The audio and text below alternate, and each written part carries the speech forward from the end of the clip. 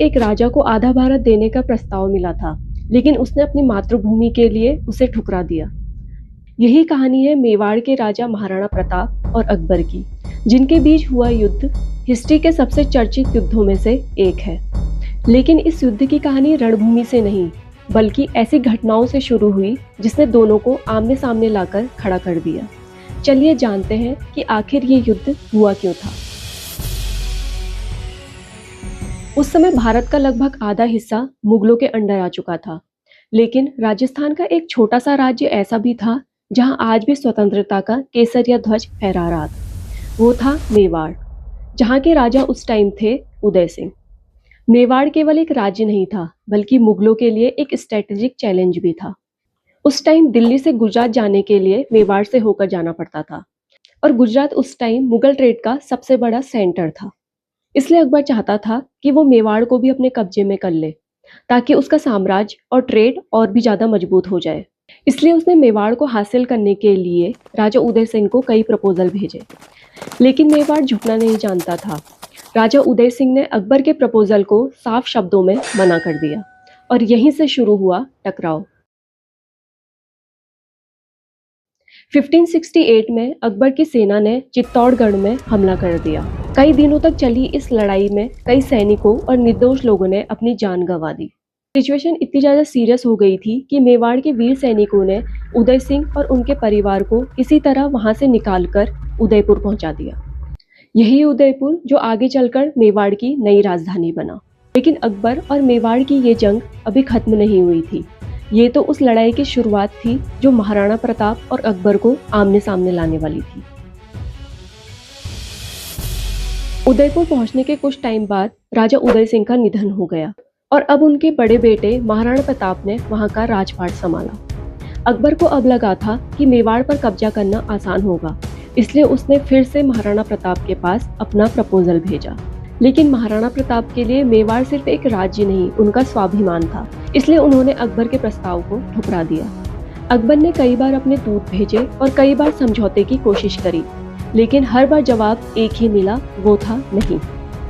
कई कहानियों में तो ये भी कहा गया है कि अकबर ने महाराणा प्रताप को आधा भारत देने का भी प्रस्ताव दिया था, लेकिन एक शर्त रखी थी कि उनको मुगलों के अधीन होकर काम करना होगा, और महाराणा प्रताप ने अकबर की इस शर्त को भी ठुकरा दिया।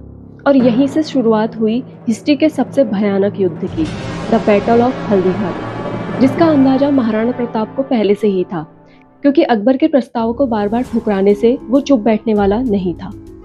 इसलिए महाराणा प्रताप ने अपनी तैयारियां पहले से ही शुरू कर दी थी।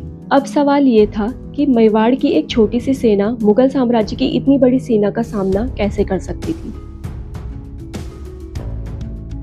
क्योंकि मुगल सेना नंबर्स में कहीं ज्यादा थी। उनके पास ज्यादा घुड़सवार, ज्यादा हाथी और टेक्नोलॉजी की कोई कमी नहीं थी। और इतना ही नहीं, महाराणा प्रताप के अपने भाई के बारे में भी कई कहानियां मिलती हैं, जिसमें उनका मुगलों के साथ होने का जिक्र मिलता है। लेकिन युद्ध केवल सेना के नंबर से नहीं, बल्कि एक अच्छी स्ट्रेटेजी से भी जीता जा सकता है, और यही महाराणा प्रताप की सबसे बड़ी ताकत थी। उन्होंने अपनी सेना को ऐसी जगह तैनात किया जहां दुश्मन को पहुंचने के लिए हल्दी घाटी के एक छोटे रास्ते से होकर गुजरना पड़ता। अरावली के पहाड़ों के बीच बना ये रास्ता इतना छोटा था कि ज्यादा नंबर्स में सैनिक वहां से नहीं गुजर सकते थे।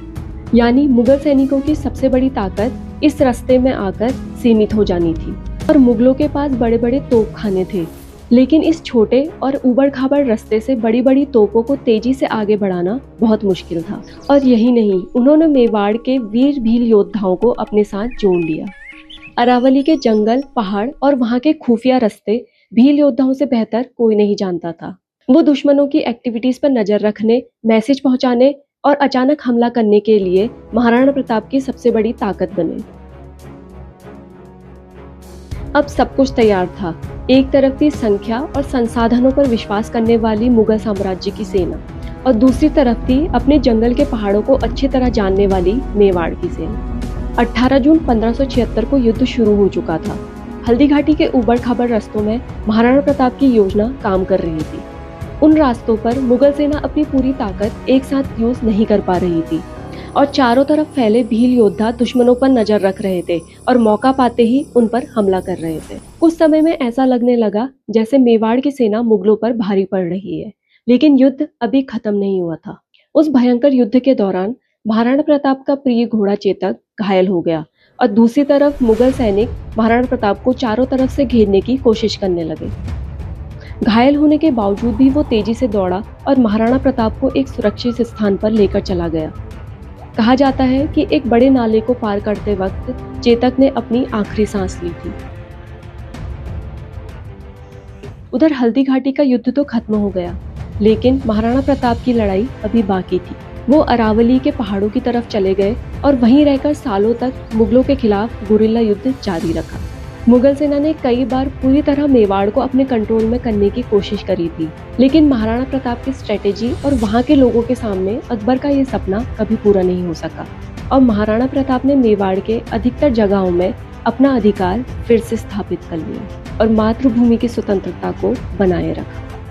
युद्ध जीते या हारे जा सकते हैं, लेकिन महाराणा प्रताप ने स्वाभिमान की लड़ाई कभी नहीं हारी।